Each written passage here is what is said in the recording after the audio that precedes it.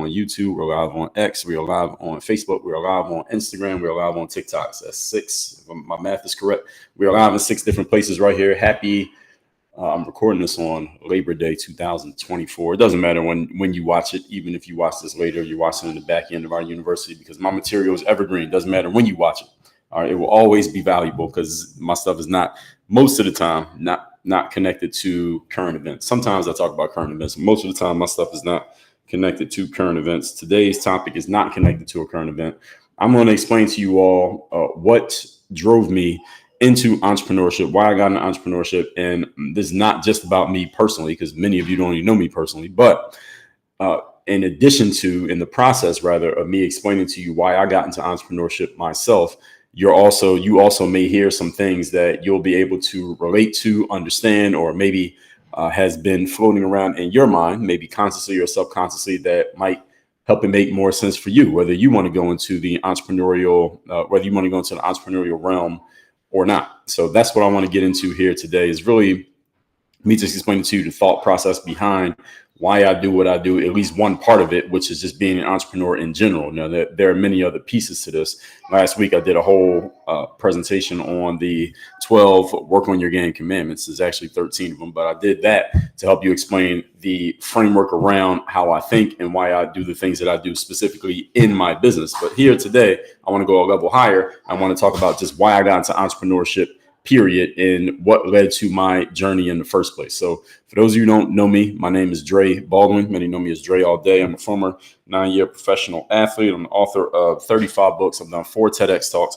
I created this brand that is called Work on Your Game. What we do here is we take the tools to help athletes get to the top of the sports world. We translate those tools over to the business and professional world and the everyday life world to help people like you perform at your highest level, do so consistently, and produce more results. That is what we do. That is the basis from which we work. Our goals, our outcomes are about you performing at your best consistently so you can produce results, whatever those results may be. This is a results and performance-based business. All right, that is the foundation of what Work on Your Game is about. So any of you, again, who is unfamiliar with me, if you understand that, then you will be open to everything else that comes behind it. And I will respond to questions and comments when I get to the end of this. Good morning over there on TikTok, checking in from Orlando. Shout out to Orlando. Gabriel, appreciate you. Oh yeah, Kick Genius. Shout out to Kick Genius. And I remember doing those collabs in the basketball days. So let's get into it. So I got 7 points here today. And again, these points are going to be things that happen that happen specifically to me, but at the same time, I'm going to help you all relate. I'm going to help you relate to these. Hopefully, if any of these have happened to you as well, it'll make more sense to you why I went down the path that I went down. And you'll learn more about my background as I go through explaining these points. So point number 1 is, and this is what I'm talking about here today, is what led me into entrepreneurship. The first thing is the adults around me, they worked, for the most part, they worked 9-to-5 jobs, or where they were employees, or they would have maybe a small business. I knew many entrepreneurs around me and my family that had small businesses, meaning for the most part, they were self-employed. So basically they ran their company and they did pretty much everything in the company. And maybe they would have somebody work for them on the side every now and then. But for the most part, they were working as employees who got full-time paychecks. And I'm talking about my parents. I'm talking about like my aunts and uncles, the adults I saw around me in my neighborhood. They mostly worked. And even though they were working all the time, and I work a lot too, I spend a lot of time working. My whole brand is literally called Work on Your Game. I just told you that. And at the same time that they were always working, here's the rub, is that they never seemed happy about work. When I was growing up, the adults around me, whether it was parents, neighbors, family members, aunts and uncles, they were always working, and they talked about work as if it was a necessary evil. So they would talk about work like, I have to go to work. I have to go to work tomorrow. I got to work tomorrow. They would talk about work like it was some bad thing, but they had to do it. It was just like, this is what you do when you're an adult. You have to go to work. And adults around me would talk about work again. They never talked about it in a positive way. Like, oh, I'm so excited to go to work tomorrow.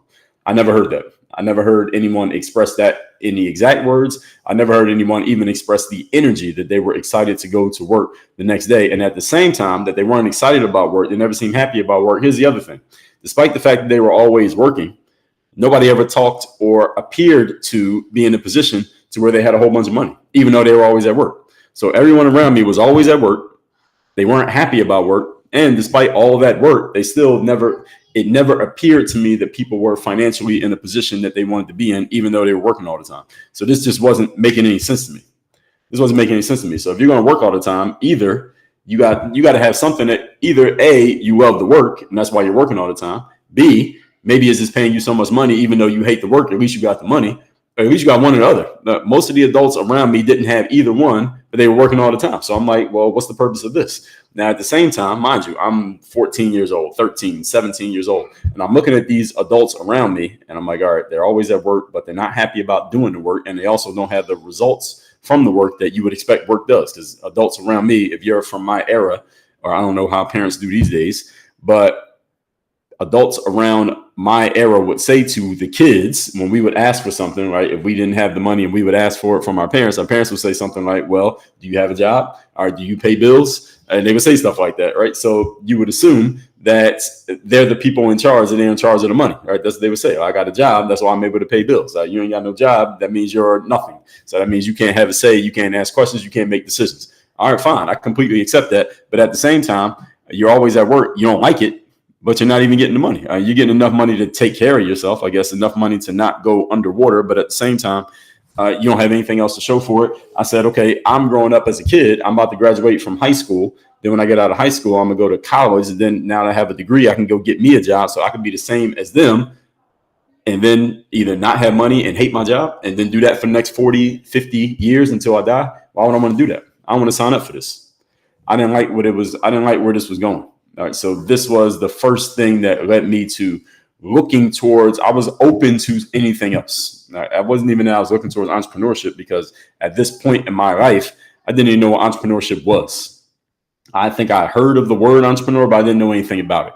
So when I was growing up, going through high school and going through regular schooling, there were no classes on entrepreneurship. There was no one offering anything about entrepreneurship. So that wasn't a thing. I went to college. I have a 4-year degree in business. And in that 4-year degree program, there were no classes on entrepreneurship. And if there was, I didn't take them. I don't think there were. They probably have them now, but they didn't have them back then. So it's not even that I knew entrepreneurship was a thing. And it's not like anyone around me was saying, hey, Dre, let me tell you about this entrepreneurship thing. That wasn't happening either. So this first point that I'm giving you is me letting you know that my mind was open. I was just like, all right, if there is something else out there, I'm interested. I want to know what it is. So my mind was open simply because the adults around me didn't seem happy about going to work all the time. And also they didn't have the resources despite the fact they were always working. Okay. So, and I didn't see any other options at that point because again, I'm about to go to school and my parents had always preached to me. I don't know how your parents preach the process, which was climb the ladder, go to school, get good grades, go to college, get a degree, get a good job, and you'll be doing marginally better than your parents did. Because my parents, when they had my sister and my sister's a year older than me.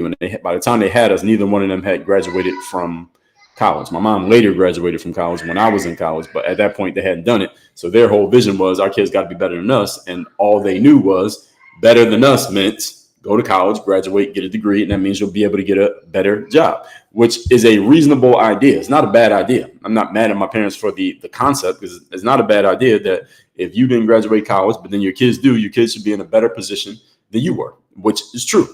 At the same time, all it was going to do is get me a better job than the ones they had. But again, they didn't like their jobs and their jobs weren't providing enough money. So I'm like, all right, this can't be it. So that was the first thing that was in my head. That's point number one. Moving on to point number two.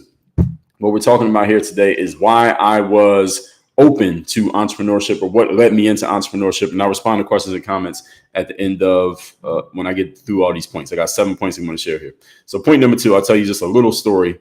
Just a little anecdote that happened in my life. I remember my dad one day, he was at work. I don't know where he got them from, but he came home. He had these cheap little plastic wallets. And he gave one to my sister. He gave one to me. And they were a little bit different. They were these cheap little things like you get at the dollar store. I don't know where he got them from, but he gave one to her, one to me. And the four of us, me, my sister, my mom, my dad, were all in the room just talking. And I got my little wallet. My sister had hers. And we're having a conversation. She's looking at mine. I'm looking at hers. And she's like, I like yours better than I like mine, right? So we're just having a conversation. My parents are listening to this conversation. And I say to my sister, all right, I'll trade you my wallet for your wallet. But since you want mine, you got to give me money. You got to give me yours plus $2 and I'll give you mine. And my sister agreed to it. And this is all, and everybody's in the room. And my sister agrees to it. She said, all right, I'll give you my wallet plus $2 and give me your wallet. And I said, all right, cool, deal. And my mom jumped in to the middle of the conversation. And she said, you can't do that. She said, you can't sell something that you got for free and get money from it. That's what she just basically blocked the whole situation and said, you're not allowed to do that. Now, if you want to trade, you can trade, but you cannot make your sister give you money in exchange for making this trade. And that's all I do these days. I still remember that. I was probably like 7, 8 years old when that happened. My mom basically jumped in the middle of the conversation and said, you can't take something that you created out of that, or that you received out of nowhere, and you cannot make money off of it.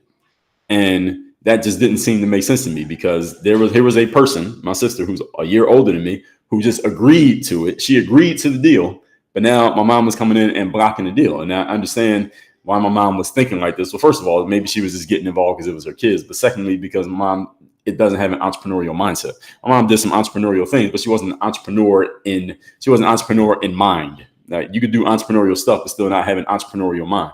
Just like you could have a 9-to-5 job, but you still think like an entrepreneur. So my mom was more of a working the system type of person than an entrepreneur. So when she saw me doing something entrepreneurial, it just didn't make sense to her. That's why she kind of put the kibosh on it and blocked this whole thing from happening. And all I do these days is create something out of nothing, whether it's an opportunity, a situation, an idea, a product or a service. I put a price tag on it and I sell it. That is what an entrepreneur does.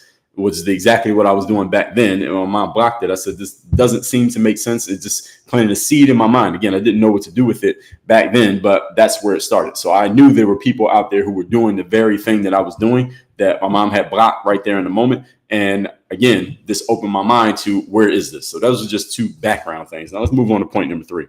What I'm sharing here today, for those of you coming in the middle, I'm talking about what led me to entrepreneurship, why I became an entrepreneur. Number 3. Let's move on to college. So I went to college at Penn State University. Specifically, I went to the Altoona campus. I went there specifically to play basketball. So I have a degree from Penn State University in business with a focus in management and marketing. And I often say when I bring up my college degree that it was, as far as my career nowadays, useless. Now, the experience of going to college was not useless, because some of my best friends to this very day, people who I'm still cool with, I met in college. Some of my best experiences as a young adult came from college. And if I had an opportunity to do it again, would I go to college again? Yes, I would, for the two specific reasons. One of them was I knew I needed 4 years of seasoning, because my goal was to play professional sports. And I wasn't Kobe Bryant or LeBron James, which meant I was not good enough to skip high school and go straight to the pros. So I needed 4 more years to get better. So I would go to college on that alone. And the other reason was because of the social experience of being in college. So the partying, the socializing, the girls, all of that stuff, I would go to college again to get 4 years of that. So if I could do it again, I would do it again. Now, as far as the classroom stuff, that was completely useless to me. There was very little that I learned in a classroom in college that is beneficial to me to this very day. Very little. I think there was one thing, the thing that I often point out was I took a class, because to get a business degree at Penn State University, you have to take an internship. You have to do some type of business internship. So I did an internship, and before you get your internship, you have to take a 1-credit class on internships. And in that class, the professor had us do they called it a mock interview. So I don't know if any of you went to college, maybe they had you do this, where they would do these like a practice job interview, and you had to show up to the job interview and get dressed like you were going to an interview, and you had to prepare questions, and you had to answer all the questions and basically go through the interview, and you would get graded on this experiment. So I remember we did the mock interview, and before we did it, one thing the professor said was, when you do the mock interview, you should always follow up after the interview and send a thank you note to the person who interviewed you, thanking them for giving you the time to do the interview. And I remember doing that, and I gave her the thank you note. So after I did the mock interview, I put a thank you letter in my professor's mailbox. Because back then it was a mailbox, not email, but physical letter. And I remember when we had class the next time, she said there was only one person in the whole class who did the follow-up letter that I told y'all, and Dre was the only one who did it. And that was the one thing I got from college, was that anytime you are meeting with someone, talking to them, or proposing doing business with them, you should always follow up. So that's the one thing that I got from college in the classroom. But all outside of the classroom, college was a great experience. So anyway, talking about college. I remember my classmates, my last 2 years, because again, any of you have a degree, maybe your last 2 years, that's when you really start taking classes that are specifically for your major. And the school that I went to was relatively small. So most of the students in the business major, we all knew each other really well because we were all in the same classes all the time.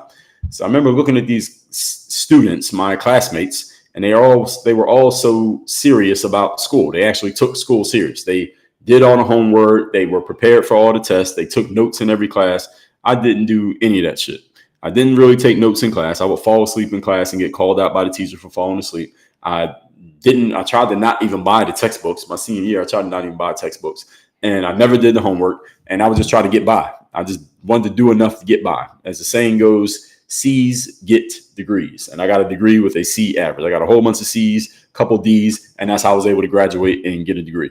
And I remember just sitting in the classes and looking at my classmates and thinking to myself, like, this is not like, I'm not like these people. I knew that I wasn't like them. I knew that my thought process was different from theirs. And I remember I was walking on campus. There was a billboard, and those of you not old enough, a billboard was basically like whatever you can announce on the internet these days. You had to put it on a physical board when you're walking around campus. And I responded to this ad that said, there's an opportunity for unlimited income potential. So when I saw those 3 words, I was interested because at this point, I'm a college student and a college athlete. And this is before name, image, and likeness. And because I was at a small school, I probably wouldn't have got one of those deals anyway. So as a college athlete, you don't have any money. So I responded to it because I wanted to make some money in the summertime. It turns out that the guy who posted the ad, he was doing network marketing. He was a network marketing person, and he was trying to recruit people into his network marketing business. Now, while I did not build a business in network marketing, I was interested in what he was offering. I went to a couple of the meetings in Philadelphia, which is where I'm from, that summer. And when I went to the meetings, there were 2 things that happened in the meetings. Number one was that the person on stage, actually maybe 3. Let me just see. Number one, the guy on stage who was speaking, he was talking about principles of money making and doing business and basically entrepreneurship in ways that I had never been taught in college. And at this point, this was before my senior year of college. I've been through 3 years of school, majoring in business. And the things that this man on stage at a network marketing meeting was saying over the course of 45 minutes were different than anything that I had heard in 3 years of college. And I'm like, why is nobody in college teaching this? This stuff all seemed to make sense to me. Doesn't mean you got to become an entrepreneur or join network marketing, but the stuff he was saying made perfect sense. And I'm like, why aren't any of my college professors talking about this stuff? That was the first thing that stuck in my mind. The second thing was at the end of the meeting, the gentleman on stage said, hey, because any of you been to a network marketing meeting, you know that like half the people in the room are already in the business and half the people are there as a guest who are being recruited to the business. I was one of the guests being recruited. And he said, any of you who is getting in this business or you're already in the business, understand something, that in order to build a business, you must build yourself. You can't just go and build a business without building yourself, because the business is never going to grow any more than you personally grow. And I said, that makes sense. And he said, so because of this, there's some ladies sitting outside the room, because this is a hotel meeting. There's some ladies sitting outside of this hotel room who, not a hotel room, but like a conference room. They're selling books. They are personal development books. I never heard the phrase personal development at that point in my life. I'm like 19 years old, 19, 20 years old. He said, if you're going to be in this business, you need to be reading these personal development books, because that will help you build up yourself so that you are qualified to build a business and lead other people. I said, that makes perfect sense. So I remember when we left the room, I looked at the books on the table, and he had name dropped a few authors who I never heard of. He said Zig Ziglar, Napoleon Hill, Jim Rohn, Brian Tracy, Tony Robbins. I never heard of any of these people, but I remember him mentioning the names. He was just rolling off these names, and some of the people in the room knew who they were. I didn't know who any of these people were. And I looked at the books on the table, and I said, these books look interesting. The problem was I was a broke college kid, and I could not afford any of the books. So I did not buy any of the books, but I remembered the books. So when I got back to college, I went on eBay. This is before Amazon was the place to buy books. Amazon was out, but it wasn't anything like it is now. So I go on eBay and I go find somebody selling copies of these books. I bought 2 books. I bought Napoleon Hill, Think and Grow Rich. And this is a pirated copy of the book. So it was basically a download, like a Word document. Somebody had just basically pirated the book, made it into a Word document, and they were selling it for 99 cents. So I bought 2 books, Napoleon Hill's Think and Grow Rich, and I'll come back to that in a second. And I bought Robert Kiyosaki's Rich Dad, Poor Dad. Those are the 2 books that I bought. And I read them right there on my cheap little desktop computer at college. And I'll tell you what I got from each of those books. The first thing was from Napoleon Hill's Think and Grow Rich. There was a way that you could consciously and intentionally program your mind to direct it and direct yourself towards the kind of life that you wanted to live. I didn't know that was a thing. Now, I'd always been interested in human psychology, like the way people think and stuff like that, because I actually started college as a psychology major, but then I changed the business. And so when I read Napoleon Hill Think and Grow Rich, I said, oh, this is a thing. There's a thing where you can do this on purpose. And that got my attention. And it's one of the reasons why I do a whole lot of personal development now, as far as teaching it, doing it for myself and things like that, selling it even, is that book really started to germinate the seed of human psychology. The other thing, when it came to reading Robert Kiyosaki, Rich Dad, Poor Dad, if any of you haven't read that book, and both of these books you should read. When I read Rich Dad, Poor Dad, Robert Kiyosaki finally opened the doors in my mind to the thing that I had been looking for since I was a kid. So I told you in my first point that I saw all the adults around me that had jobs, but they didn't have money despite working all the time, and they didn't like their jobs despite being there all the time. So when Robert Kiyosaki, if you read Rich Dad, Poor Dad, the first few chapters of the book, he's just giving you allegorically, he's giving you an example of there's another way to make money. And he started explaining that you shouldn't always work for money, that you want to have money working for you. And there's a way that you can make a lot of money by being an investor and a entrepreneur rather than being an employee or a small business owner. So any of you familiar with the cash flow quadrant, you have the employee, small business owner on this side, you got the entrepreneur and the investor on this side. And he said entrepreneurs and investors are the ones who get rich, whereas the employees and the small business owners, those are the ones who stay poor and they get taxed the most, and they're always working. Despite that, they still don't have money. And when I read that, even though I couldn't have really put it into words, I couldn't have articulated it properly back then, when I read it, I said, okay, it was like a breath of fresh air, because it told me that there's another way that you can do life, because most of us spend most of our time working, right? There's another way that you can do life as an adult besides what I had seen the adults around me doing. So this was great for me to see because it provided an opportunity. So one of the opportunities I already saw was network marketing. I didn't know if I was going to build a career in network marketing because I already knew what I wanted to do after college. I knew I wanted to be a professional athlete. I said, I'm going to go play sports. But at the same time, when you play professional sports, all of us understand, I understood back then, that professional sports careers are short.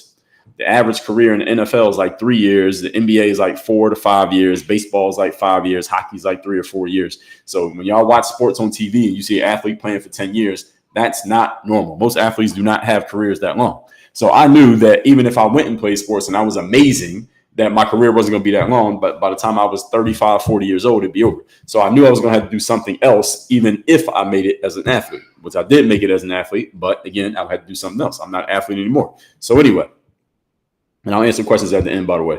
So as I'm reading Kiyosaki, this is really opening my mind to other things. And with Napoleon Hill, Think and Grow Rich, is opening my mind to other things as well. So this experience from responding to this random ad on a billboard on my college campus really set me in a whole different way. So a couple of things that I learned there that I still use today, that I'll tell you what they are. Two things. Number one, you cannot get rich unless something or someone is working for you. It can't just be you by yourself. Most people do not get rich, whatever you consider rich to be, because that's a very relative term. But whatever you consider it to mean rich, you can't get there just on your own personal efforts and your own work, unless there are a couple exceptions, but these exceptions are few and far between. So if you're a famous entertainer or a famous athlete, you can probably get rich just off your own effort. So if you're Kobe Bryant or you're Rihanna or Beyonce or Taylor Swift, you can get rich just doing all the work by yourself just because you're super talented and you become famous. But how many people do you know who fit that description? There are very few people who do that. Most people who get rich, whatever you consider rich to be, do it through using assets that either are people or materials or services or products or systems that they have control over. And those things are able to work for them while they are not working. In other words, making money in your sleep, so to speak. So if you have products and services out there, or sales funnels, or marketing programs, or advertisements, all of those things are assets because they can make you money while you're not doing something. So right now, while I'm talking to you all, somebody could be in one of my sales funnels buying one of these books, and I made money, but I didn't do any work.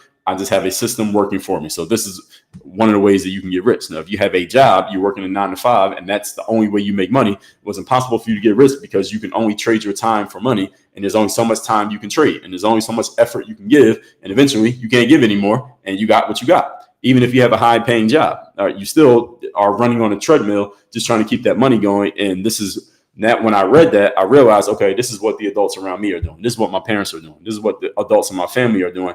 I don't want to do this. So now it made sense on the financial side. And then it also started to make sense on the enjoyment and the happiness side, because when you get a job that's allowing you to take care of your food, clothing, and shelter, well, you probably don't want to give that job up, even if you don't like it, even if you don't like the people, you don't like your boss, you don't like the work, you don't like anything about it.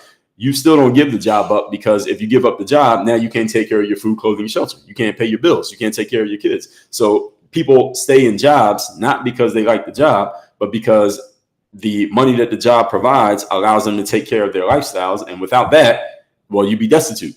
And I said, okay, that makes sense why the people around me talk about work as if it's a necessary evil, even though it seems like they don't like it, but they keep working there. Why don't you quit? Oh, because you can't pay your bills if you quit. So it told me a lot. It started to open my mind a lot when I was reading Robert Kiyosaki, and then I would look him up. He had like videos online. Even back then, there were videos online. Well, later, maybe 2005-ish, there were online stuff, and I started listening more to Kiyosaki, and it started to make a whole lot more sense to me.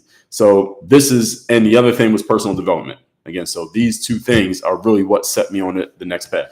So let's move on. And I'll respond to questions and comments at the end, by the way, everybody who's listening to this. So moving on to point number 4. I got 7 points here today. I'm telling you what got me into entrepreneurship, why I got interested. All right. I just told you about Rich Dad, Poor Dad. And I just kind of brought this up. And a couple things that I got out of that book. Let me see. 1, 2, 4 things I want to tell you I got out of that book. I already mentioned a couple of these. Number 1, don't work for money.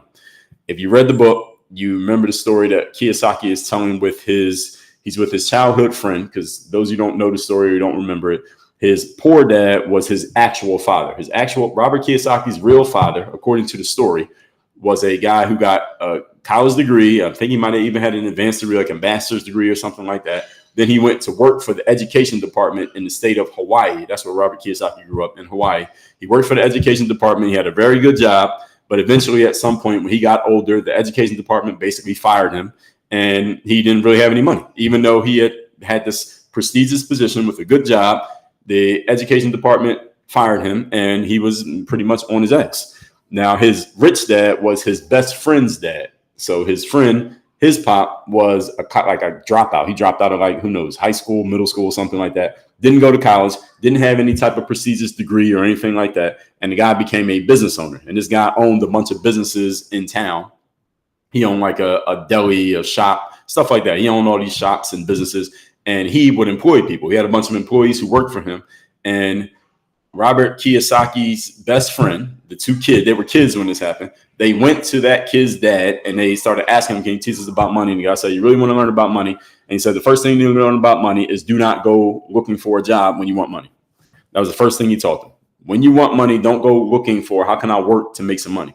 What you need to do instead is try to get money to work for you. So you do need to know how to work so you can get some cash in your pocket, but then you want to take that cash and put it to work for you. And that's how you can start to actually generate business for yourself. And then you need to read the book. You want to learn more about this, but that was the first point. Second one, again, is hard work is important. I'm not telling you the hard work doesn't matter. Again, my whole brand is called Work on Your Game. So how could I tell you that? But hard work is not the key to success. And this is where a lot of people get it mixed up. And this is right here. This is where the entrepreneurs and the employees go on divergent paths, because everyone understands hard work matters, but the employees behave as if they believe that more hard work equals more success. That's not the case. More hard work does not equal more success, but you hear people preach this all the time. You even hear entrepreneurs talk about it. You even hear entrepreneurs say, well, one of the reasons I'm so successful is because I work hard, because most people don't understand what really creates success. They think it's hard work because they work hard. Well, a lot of people work hard and they're broke. All right, the CEO works hard and he makes millions of dollars a year. And the maintenance man works hard and he can barely pay his bills. So what's the difference? The difference is hard work ain't the difference, because they both work hard. So clearly hard work is not the differentiating factor between becoming poor and becoming rich. It has to be something other than that. There's more to the formula. Everybody understand what I'm saying here? So the other thing is you want to have money working for you. I just told you about that. And that's why you become an entrepreneur, which means you have a system or process working for you, and or you become an investor, which means you have other things that you are invested in, you have ownership of. You don't have to do any other work, but you make money because you put money in. So you get money out because you put money in. And entrepreneurship is not a joyride. At the same time, that's another thing you need to understand. Just because you're an entrepreneur doesn't mean everything just becomes perfect and easy the very next day. It's actually much harder to be an entrepreneur than it is to be an employee, simply because When you're an employee, the system is already created for you. All you had to do is follow the rules. If I was to go get a job at, let me see, where could I go get a job at? I'm just looking out my window right now. If I go get a job at the Miami, what do they call it? Transportation department. I'll go get a job driving a train or riding a bus or something like that. They already have the system in place. All I got to do is whatever the system says. All right, this is what time you come to work. This is what you got to do. Here's how you make this work. Here's how you clock in. Here's how you clock out. The system is already in place. All I got to do is just follow the rules and be a soldier, and I will get a check every 2 weeks. All right, that's relatively simple. I'm not saying the job's easy, but it's simple to follow the process. Whereas if you become an entrepreneur, let's say I decide I want to start a transportation department in Miami. I want to start the next Uber. I want to start the next DoorDash, and I'm going to do it right here in Miami. Well, I got to create everything. I got to create the infrastructure. I got to create the systems. I got to create the rules. I got to create the legal stuff. I got to hire all these people. I got to go through all the regulatory red tape. I got to do everything to make that business work. That's a lot more work. But at the same time, the potential for the payoff is a lot higher. And that's why entrepreneurship gives unlimited income potential, whereas employment does not. There's a cap on how far you can go as an employee. And it tells you right there. Usually when you get a job somewhere, usually there's some documentation that tells you if you're at this level, you make this much. You're at this level, you make this much. And I'll talk to a lot of people who are employees, whether they are remaining or they're looking to transition to entrepreneurship.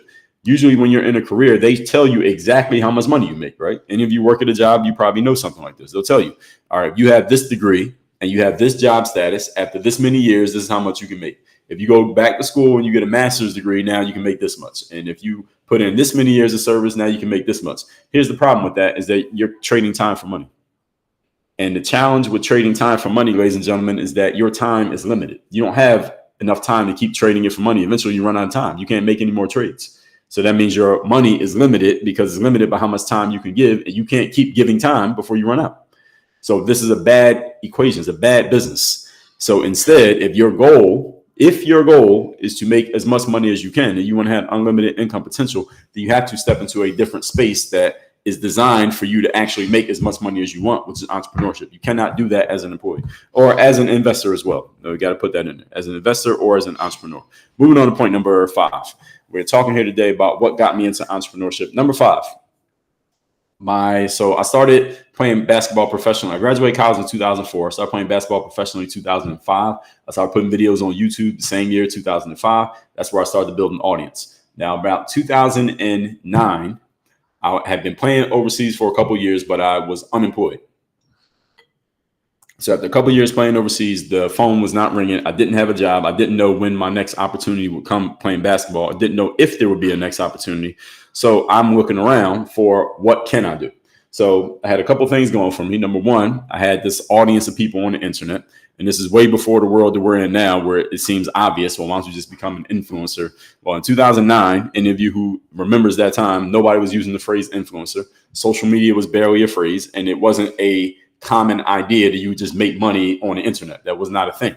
So, but at the same time, I did have an audience of people. I had a bunch of basketball players watching me on YouTube, mostly YouTube. The second thing is I remember reading Robert Kiyosaki almost 10 years earlier.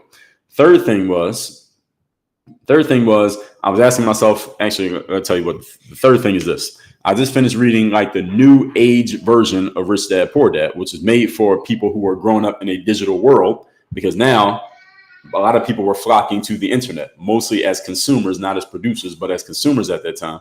And I read this book called The 4-Hour Workweek by Tim Ferriss. Many of you are familiar with this book. If you have not read the book, you should read it. And by the way, those of you who are new around here, anytime you hear me mention a book, go get it and read it.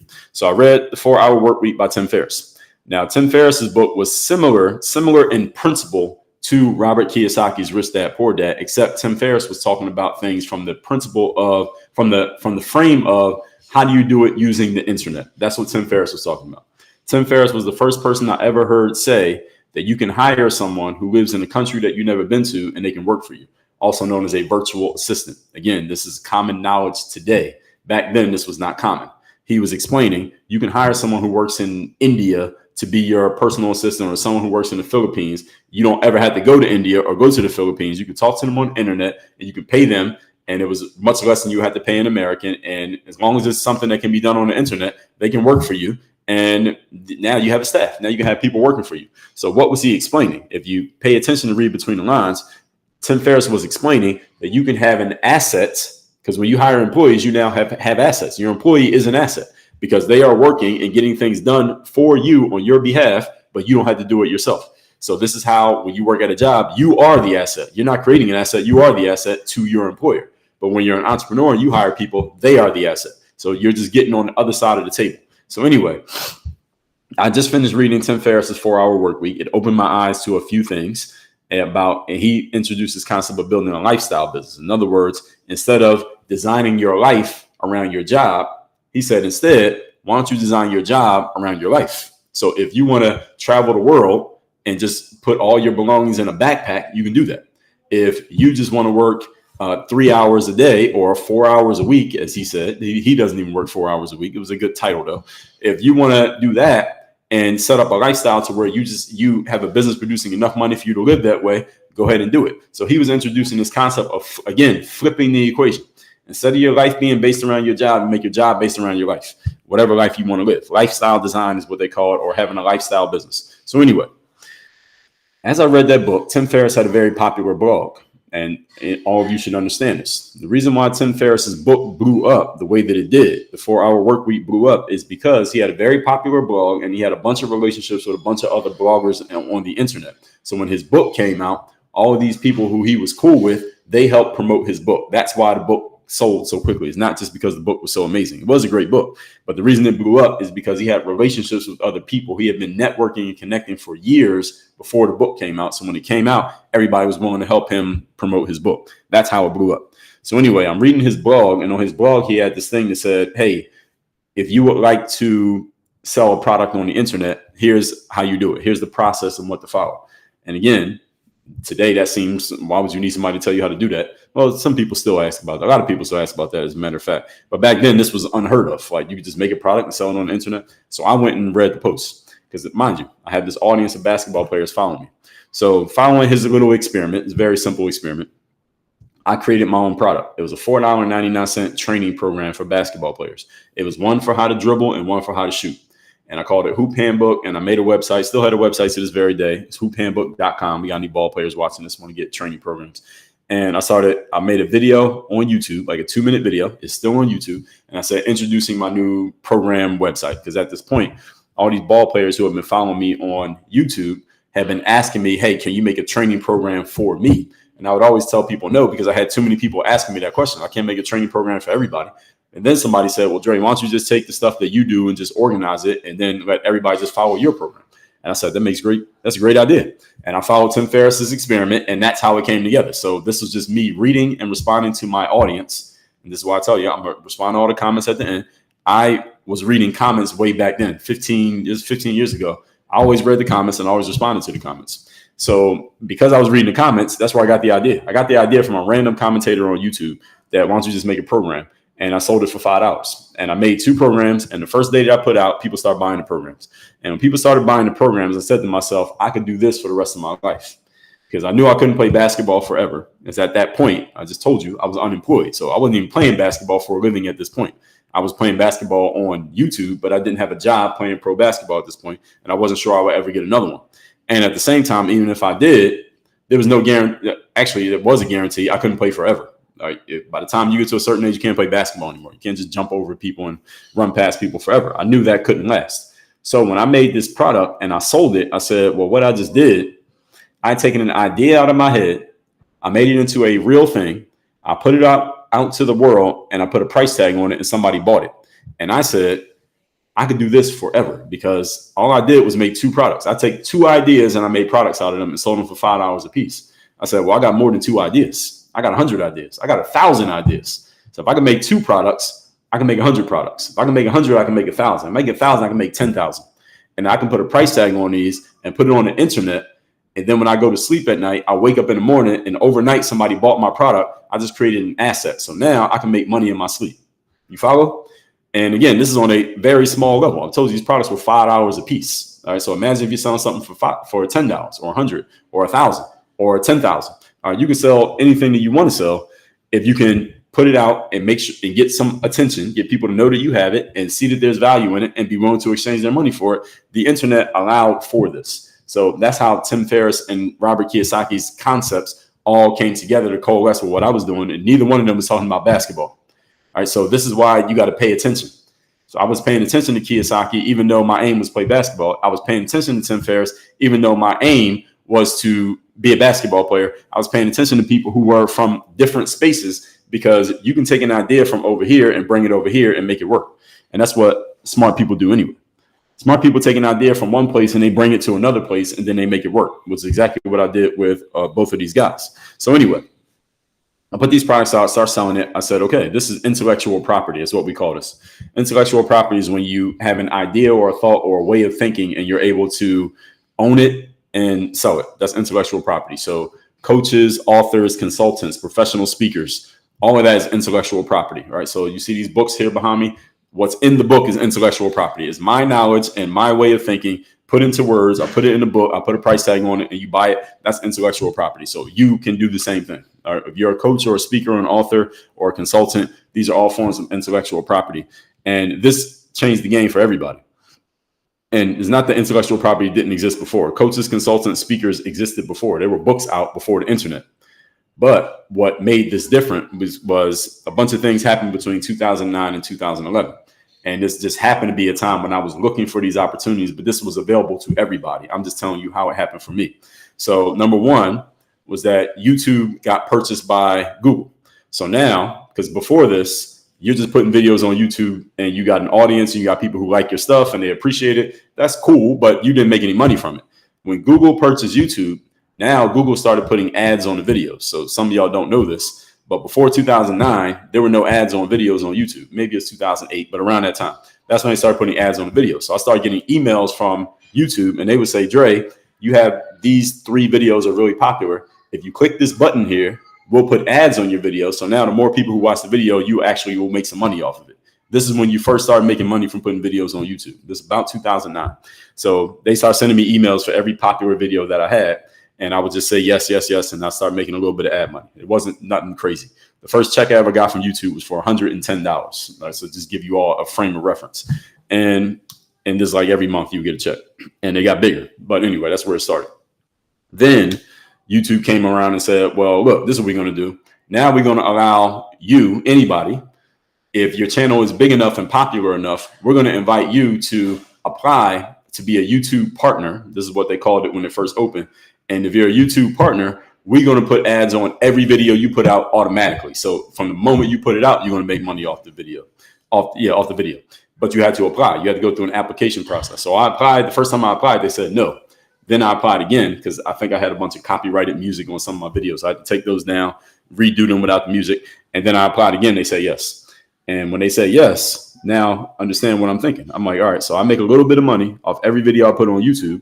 And I got people watching my videos on YouTube. So up to this point, again, those of you who don't know my background, from 2005 to about late 2009, around this time, 2009, I was putting out videos sporadically. Like every now and then I put a video out, every 4 weeks, every 6 weeks, whenever I felt like it.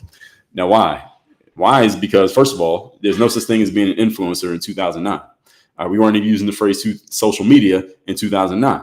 And there wasn't any money to make from putting videos on YouTube in 2009. So I wasn't focused on it. I didn't care about it because there was no money to make. There was nothing to gain from putting videos on YouTube, except maybe you get the thanks and appreciation from the audience, but you can't pay bills with thanks and appreciation. So when I got that partner program and YouTube said, you can put every video you put out, we're going to monetize it. And you're going to make money off every video the minute that it comes out. Well, guess what I started doing? Anybody got to guess what I started doing? I started putting videos out every single day. I said, oh, well, if I'm going to get paid for every video I put out, I'm going to put out as many videos as possible. So in 2009, I started putting videos out every single day. And I'm putting videos out every day since then. I haven't stopped. I think on my YouTube channel, I think the last I got 13,000 videos on YouTube. That includes like the clips, the shorts and all, but everything put together, like 13,000 videos. I never stopped putting videos out. So I started putting videos out every single day on YouTube. Now I'm making money off every single video. At the same time, remember what I told you. I got these basketball players who are watching the videos, and now they're buying my $5 programs. So what did I do? I went and made more $5 programs on like everything that I knew. I just took every idea in my head that I had about basketball and I made a product out of it. And I put a $5 price tag on every single idea I had and made a product out of it. And then I would make the YouTube video about whatever part of the game. I'll put that video out and I would say, well, if you want a program to teach you how to do this, go get my $5 product. Now, the prices didn't always stay at $5, but I would take every video and I would send people to my website to go buy the program. So now I'm making money off the ad revenue from the video, and I'm making money from selling the products, and I'm building an audience all at the same time. So I was doing all three things at the same time. That was all happening through the videos and through my products. All right. So that's how I first started monetizing myself. And those products were the first thing I ever did as an entrepreneur, like independently, meaning I created something out of nothing, put a price on it and sold it. So when I made that first $5 sale, that's when I officially became an entrepreneur. That's where it started right there. This is 2009. Now, at the same time, another thing happened was that self-publishing for writing books became ubiquitous. So any of you who's written a book, you'll see the books behind me. Many of these have gone through our company, Work on Your Game Incorporated. I've done traditional publishing as well through a publisher, which is a much longer process. And I've done publishing through our own company, which is Work on Your Game Incorporated. So now this became a thing because I saw someone had a book and they said, well, Amazon was a thing. Amazon was overtook eBay by this point. Amazon said, if you want to write a book, you could do it through us. You can go through what they call KDP, which stands for Kindle Direct Publishing. So any of you wants to write a book, you can write a book and put it up on Amazon. And by this time tomorrow morning, the book will be out and publishing on Amazon. If you didn't know that. So I could write a book today and it'll be on Amazon tomorrow. So now you can self-publish your own books. You didn't have to go through a publisher. So any of you doesn't know about the traditional publishing process. If you sign a publishing deal today, right now, today, your book is not coming out until Christmas of next year. That's how long it takes for a book to come out. That's how long their process is. And I've done this process, so I know what I'm talking about. But if you want to self-publish a book, you can write the book today and it'll be out by tomorrow if you can finish the whole book. So that's the way it works. So now Amazon announces you can self-publish books. No, I've always been a writer. So I didn't even mention this, but in 2005, before I got on YouTube, I started a blog. I was blogging before I got on YouTube, but my blog didn't blow up. It's not like I got a bunch of fans from blogging. I had a blog, but nobody knew about it. Most people found me through YouTube basketball stuff. So since I'd always been writing, because when I was playing overseas, and I'll get back to overseas in a second because the phone did ring again. When I was playing overseas, I started writing little articles and blog posts on my Facebook page to show my friends from college and my friends back home, my family and stuff. I was just telling them stories about what it was like playing overseas, because you're playing overseas. When I first started playing, like the first half of my career, I was in Lithuania, I was in Germany, I was in Montenegro, I was in Mexico. I traveled the whole United States playing for traveling teams and stuff like that. So I was in a lot of places that most people had never been. So I would write articles and blog posts just telling about my story. So I knew I had a gift for writing. I knew I had that skill. So writing and speaking and basketball I don't play ball anymore, but writing and speaking are my two best skills. So when I saw self-publishing was a thing, I said, I'll just write my own books. So I wrote my first book, which is this book right here called Buy a Game. That's my first book. I was just telling my personal story about when I first started playing basketball up through my college years. That's the only book of mine that's a narrative. All the rest of them are personal and professional development. But I wrote that book in about 2010, put that book out, and people liked it. People liked my writing ability. So I said, I just kept that in mind. I'll write more books in the future. And as you can see, I wrote more books. Now, here's the third thing that happened in this time period. So again, we're talking 2009 to about 2011. So what happened was the players who were watching me on YouTube, they started asking me questions about mindset. Now, why were they asking me about mindset? They asked me for two reasons. Number one, a bunch of them were realizing that even though I was showing them how to play basketball, how to dribble, how to shoot, how to dunk, etc., they were taking those skills to the court and they were realizing, hey, just having these physical tools is not enough. I need to be able to, I need the mental side to activate these tools. Because if you have all the physical resources, but you don't have the mental activation, it will not work. And that applies to any aspect of life, not just basketball. If you don't have a mental activation, you can have all the physical resources you want, you're still going to fail. So the players were realizing that, and they were coming back to me and saying, Dre, I got the physical skills, but I need the mental side. Can you help with the mental side? That was one piece. Here's the other piece.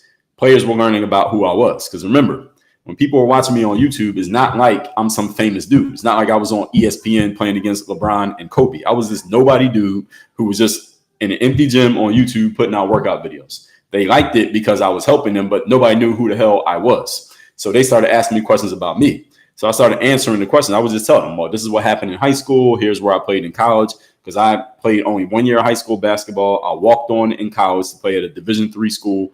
And then I had basically hustled my way into pro basketball. That's my background. So when I started sharing that background, the players who were watching me started asking me more questions. They're like, well, wait a minute. Who is this? What's the mentality behind somebody who would keep going? Like, you only made the team 1 year in high school and you barely played, but you kept trying? Or you walked on to play college D3 and nobody was checking for you to play pro, but you kept trying. And then you were playing pro, but a lot of your videos on YouTube, you're in Miami in an empty gym just practicing. You don't even know when the phone's going to ring again, but you keep trying. Who is this guy? So they just wanted to know who I was and what's the mindset behind somebody who thinks like this. So I started talking about mindset in this video. I called it the weekly motivation. So every Monday, and again, the first one I did was in 2010. So this actually wasn't every Monday. It was just one Monday. I made one video and I said, listen, y'all, every Monday, if y'all want me to, and it's on YouTube, I'm going to make this mindset video and I'll just tell you a little bit of thing about mindset to help y'all out because y'all keep asking me about mindset. So if y'all want me to keep doing this, let me know.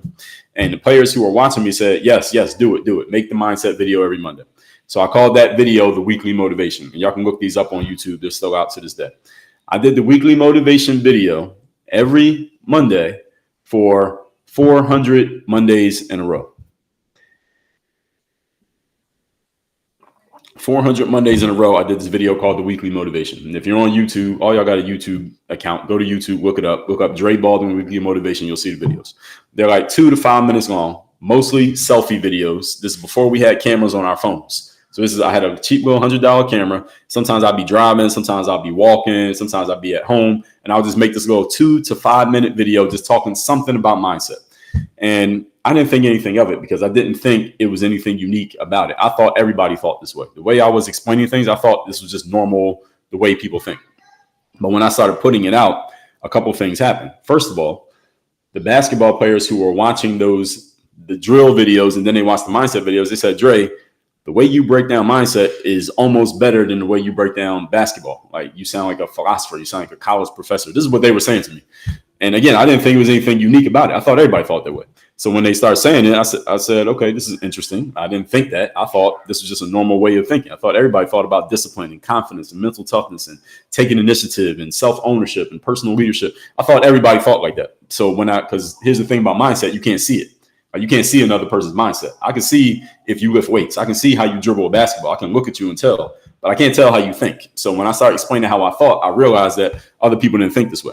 Here's the other thing that happened is that people who did not play basketball started finding me on YouTube. And they said, Dre, I'm not trying to learn how to play basketball, but the way you break down mindset, this stuff is like very useful. Like, and again, people would just leave comments. They would say, Dre, I don't even play basketball, but the way you break down mindset is useful for me. And I own a business. I work at I have a 9-to-5 career. The stuff you're saying applies to me as well. So here's the key. Remember what I told you earlier, that I knew that basketball careers are short. And here's another thing about me. I knew that I'm going to answer all questions and comments at the end, by the way. I knew that I didn't want to be a trainer or a coach after I got done playing. I know a lot of players who became trainers and coaches, good ones. I knew I didn't want to do that. I knew after I got done with basketball, I want to get out of basketball. I want to play and I'm done. So I needed to know what am I going to do next. So at this point, I'm maybe about late 20s at this point. So when people who didn't play ball told me that the mindset stuff was useful for them, I said, that's what I'm going to do when I get done playing. I'm going to help people who don't play sports with the mindset that I got from sports. And that's exactly what I do to this day. And because what happened in 2010, a bunch of people who didn't play ball started joining my audience. So now from 2010 I stopped playing ball in 2015. I'll get to that in a second. I started to build up an audience of people who didn't play basketball, but they valued my approach because they liked the mindset approach taken from the sports, but then applied to business and everyday life, which again is exactly what I do to this very day. So that planted the seed in 2010. So now here's the other thing. I was still waiting for the phone to ring. Mind you, this all started because the phone wasn't ringing. I was a pro basketball player with no job. All right, I was an unemployed athlete. So I'm waiting for the phone to ring. But at this point now, let's take stock of the situation. Now I got money from my YouTube ad revenue. Now I'm selling my $5 training programs. Now I'm building an audience of people who like me, not just because I can dribble and shoot a basketball, but also because I can explain mindset from sports and how it applies everywhere. So now I got these 3 things going for me, even though my basketball career right now is at a standstill because nobody's called. My phone's not ringing. So the phone rang again. So this is 2010, about halfway through my career because I played till 2015. So the phone did ring again and I did play again from 2010 to 2015. But at the same time, at this point, now I'm like, all right, if my phone stops ringing, I'm good. Because now I got this stuff going on the internet. And now the internet was starting to become a thing. Now I remember telling a friend of mine, like, yo, this internet thing is going to be bigger than basketball for me. I knew it in 2010. I knew it was going to be bigger. Now we start getting social media becomes a thing. Now influencing is a thing. Now companies are calling me to do brand deals. Now I'm doing brand deals with Nike, Wendy's, Gatorade, USA Today. I started doing brand deals with companies because I was known on the internet through my YouTube videos. So these days, if I go to the mall and somebody recognizes me, they only know me from YouTube. Nobody knows me from being a professional basketball player because I wasn't playing for like the Knicks or the Lakers. I was playing overseas, which most Americans know nothing about. So if somebody recognizes me yesterday, I was walking my son, some dude rolled down his window like, yo, I'll watch a YouTube channel. Some white dude. He knows me from YouTube. People know me from the internet. Nobody knows me from being a professional athlete, which is a very ironic thing, but funny. So anyway, from 2010 to 2015, I'm playing ball, but at the same time now, I'm putting out these YouTube videos on purpose. So in the summer of, like, for example, because YouTube was really popping at this point. Those of you who are around at this time, maybe you know. So from 2010 to about 2013, about that time, about 2010 to 2013, there was a bunch of people consuming social media, but they were not publishing social media. These days, everybody's publishing, so it's very crowded. But from about 2010 to 2013, there was a bunch of people watching, but they weren't publishing. So if you were publishing, you got to eat. You got to eat really good from 2010 to 2013. So any of you knows anybody who was publishing back then, ask them. They will confirm what I just told you. You got to eat really good because you had a whole bunch of people watching you, but you didn't have a lot of competition. So in that time period, I'm putting videos on YouTube. I'm putting like 5 videos a day on YouTube. I'm talking about full videos, not clips, full videos. I'm putting like 5 videos out every single day. So I'm putting out, what is that? Like 5 times, I'm putting out like 100 videos a month on YouTube in 2011. I remember doing this because that was before they even had the scheduling. You know how you can schedule a video now? You couldn't even schedule videos. You had to actually go and put the shit on YouTube. So I'm doing that in 2011. And it is a lot of time and work. But again, look at the payoff. First of all, I'm getting the ad revenue. Secondly, people who are watching me on YouTube are now going and buying my products. And third, I'm building up an audience. So I'm doing all 3 at the same time. So it was beneficial. If I could do anything, I was going to do that. Right? Why would I do anything else? I would give up basketball to do that. So this is the opportunity. So I did that till 2013. I'm doing brand deals at the same time.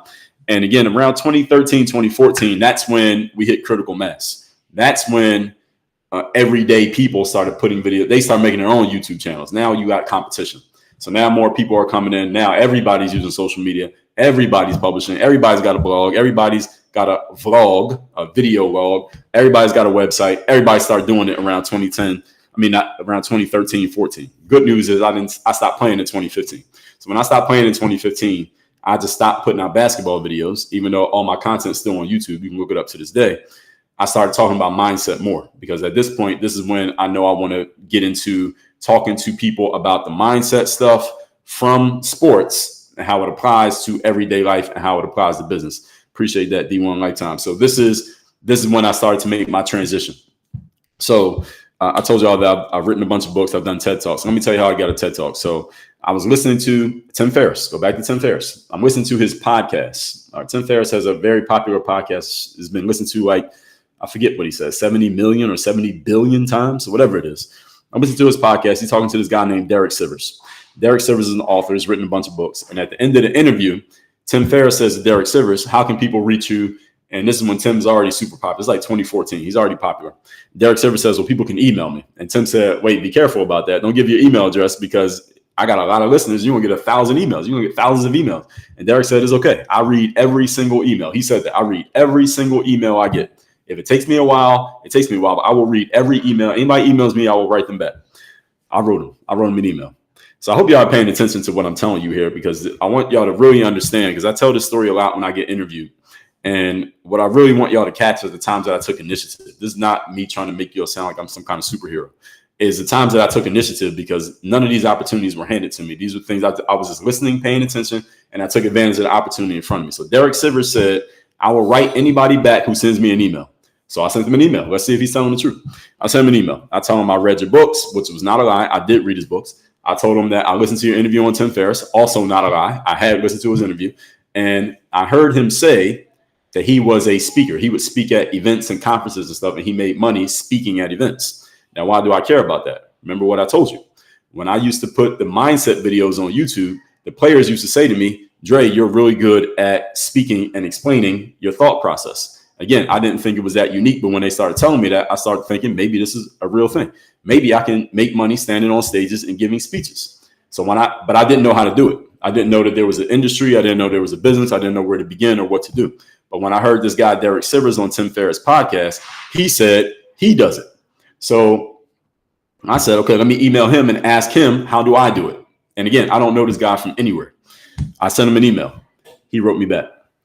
And he said, what you should do is, TikTok is asking me to verify because it's been over an hour. All right, I verified. So he said, what you should do is you should go look up TED Talks. He should go to the TEDx website, and put in where you live, and then see if there's any events around you.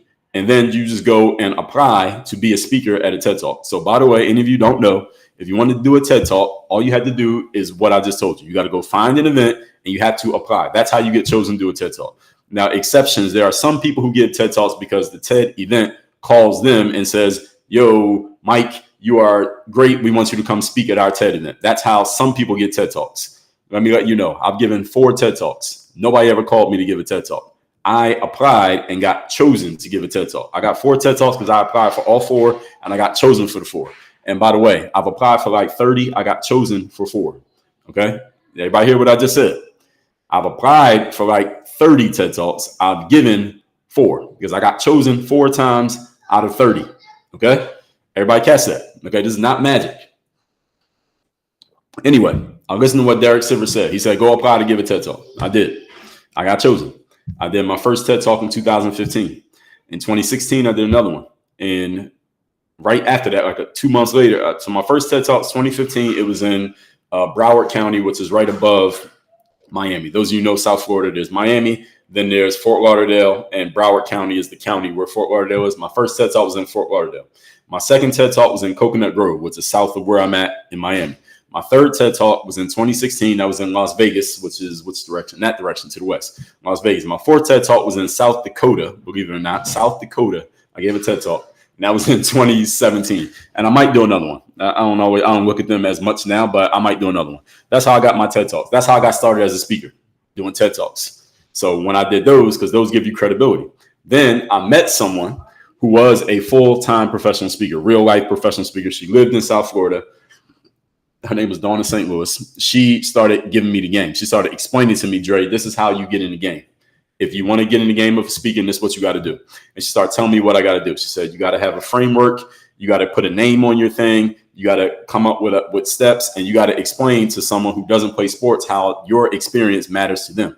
That's where I came up with the work on your game framework. I was already saying work on your game in 2009, but I didn't have a framework. I started making a framework out of it. The framework became discipline, confidence, mental toughness, personal initiative. Same stuff you hear me talk about now. I started making it. I started to organize it. All a framework is just an organization of your thoughts. That's all it means. So when you hear the word framework, it sounds like complicated. It's not that complicated. It's just an organization of your thoughts. So when I say things like perform at your highest level, do so consistently, and produce results, that's a framework when you can explain it. When I say discipline, confidence, mental toughness, personal initiative, that is a framework. So I started making a framework out of work on your game. And this is what she told me. And y'all got to catch this part. She said, all right, you want to be a professional speaker. Nobody knows you, Dre. You got to do the legwork. All right, here's the legwork. What's the legwork? Here's what I did. This is 2015, by the way. I'm not playing ball anymore. I was making cold calls and sending cold emails every single day in 2015. And when I say every day, I mean, maybe not on Sundays, but other than that, every day. Sending emails, filling out forms, calling people, leaving voicemails. They're not calling me back. If I made 20 phone calls, I might have one conversation. I was doing that every day in 2015, trying to get on, trying to get known and get an opportunity to get my foot in the door. I did that in 2015, like damn near the whole year.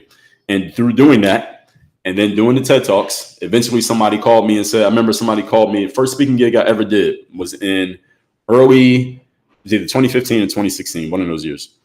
And this is not including TED Talks. It was someone from the Chamber of Commerce in Boca Raton, which is north of me in Miami.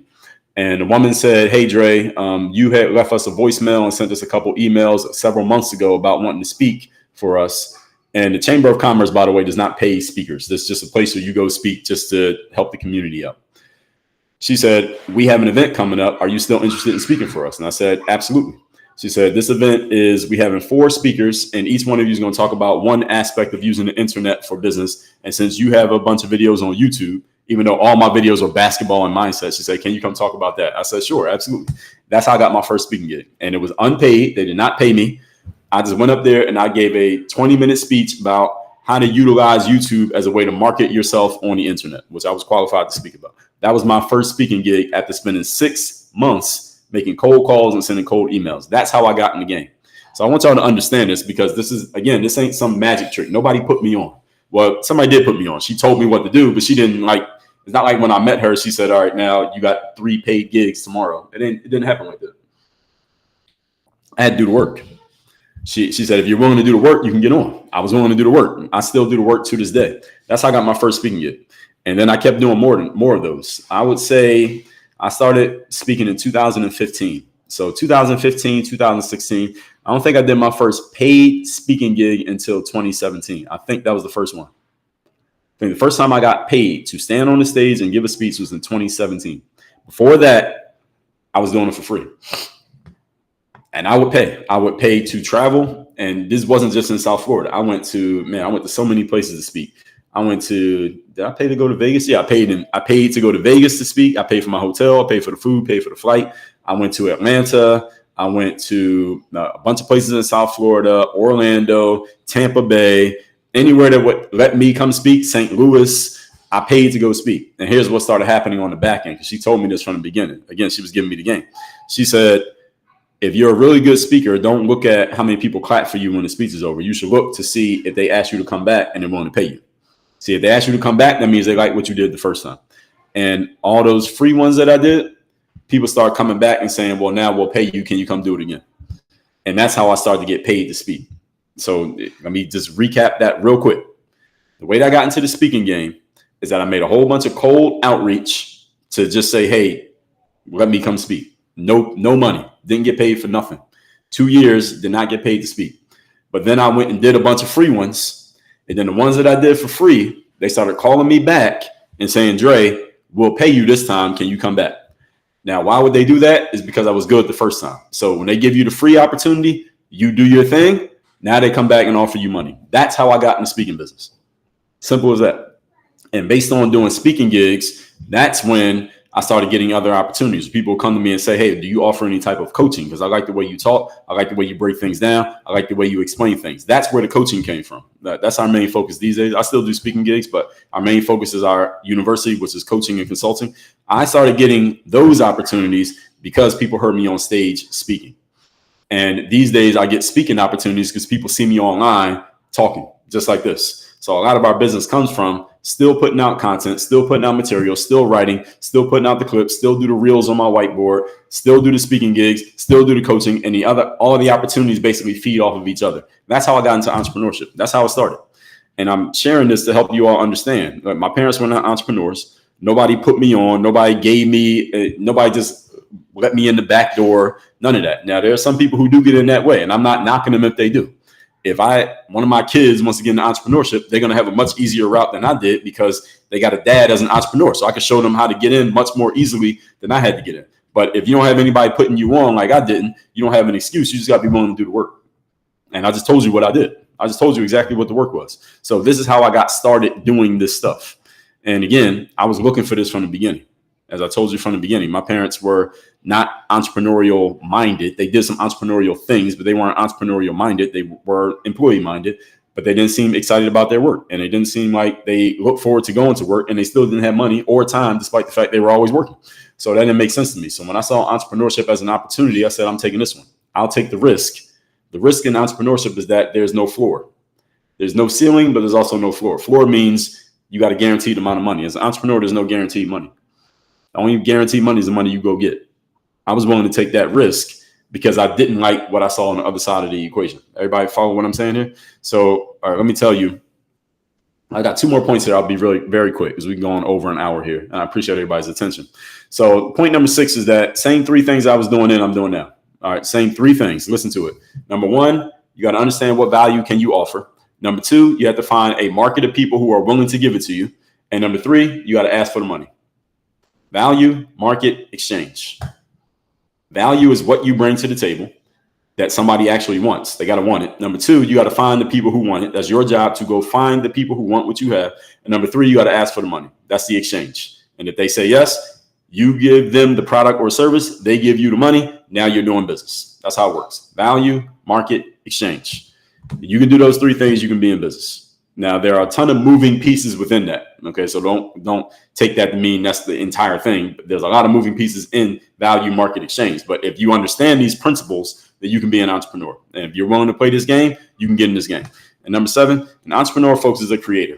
All right, we bring something new to the world and we get paid for it. And new does not mean you have to make up something out of nothing. It just means you can have a new way of doing it. Like I can start a hot dog stand tomorrow. I'm not inventing hot dogs. I didn't invent hot dog stands. But if I have a new way of doing it, or I'm the only one offering hot dogs right here, then I can make money, right? So what's the value? I got hot dogs. What's the market? People who want hot dogs. What's the exchange? It's $3 for a hot dog. Give me $3, I'll give you a hot dog. Got it?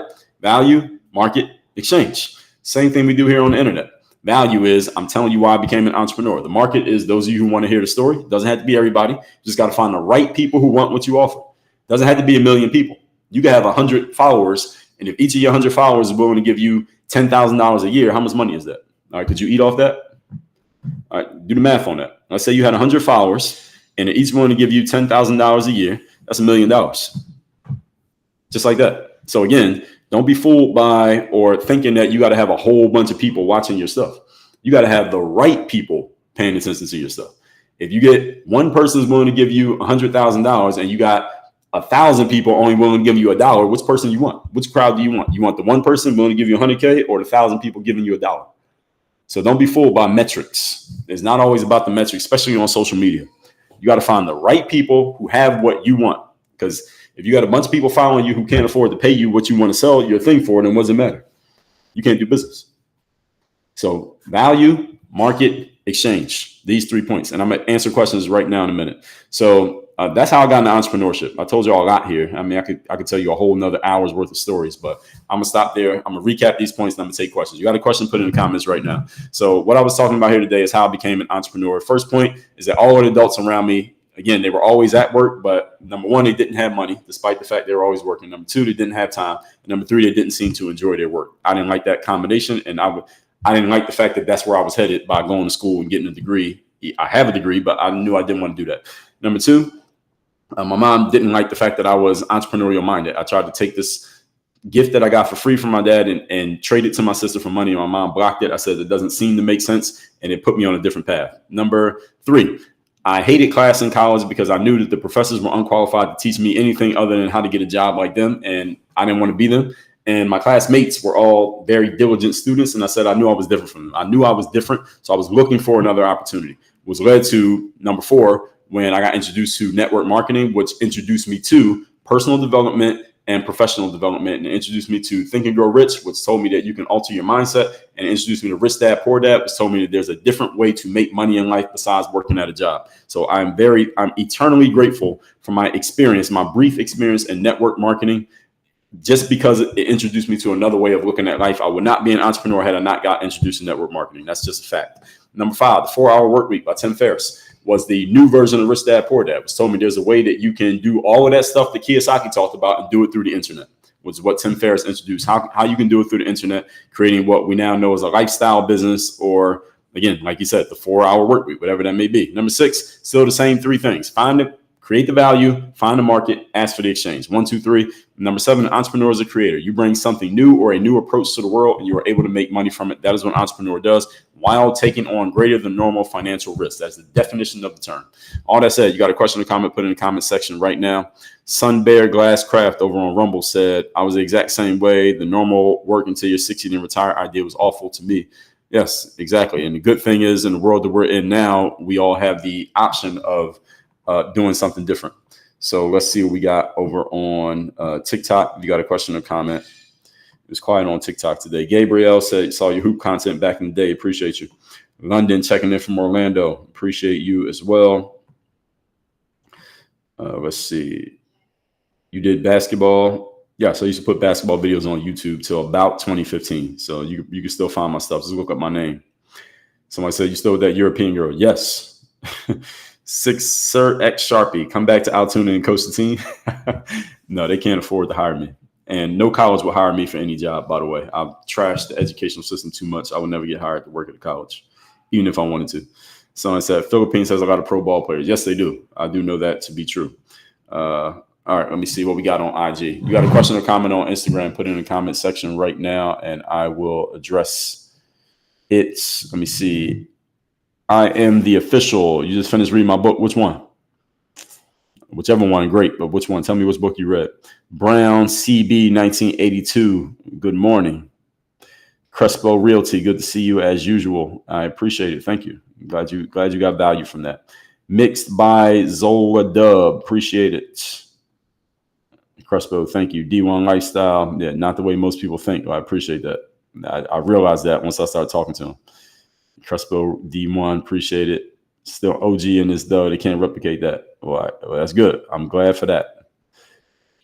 Modric says, what do you enjoy more, public speaking or coaching?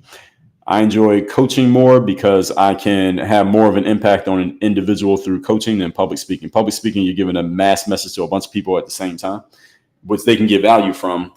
But in coaching, you can have more of an impact on an individual because you can more custom tailor your message to an individual person than in public speaking. When I give a speech on a stage, I already know exactly what I'm going to say, and I say that message. And if it lands with you, it does. If it doesn't, it doesn't. But when I'm coaching, I can adjust what I'm saying based on who I'm talking to and their specific needs. So you can get more granular in coaching. So I like coaching better.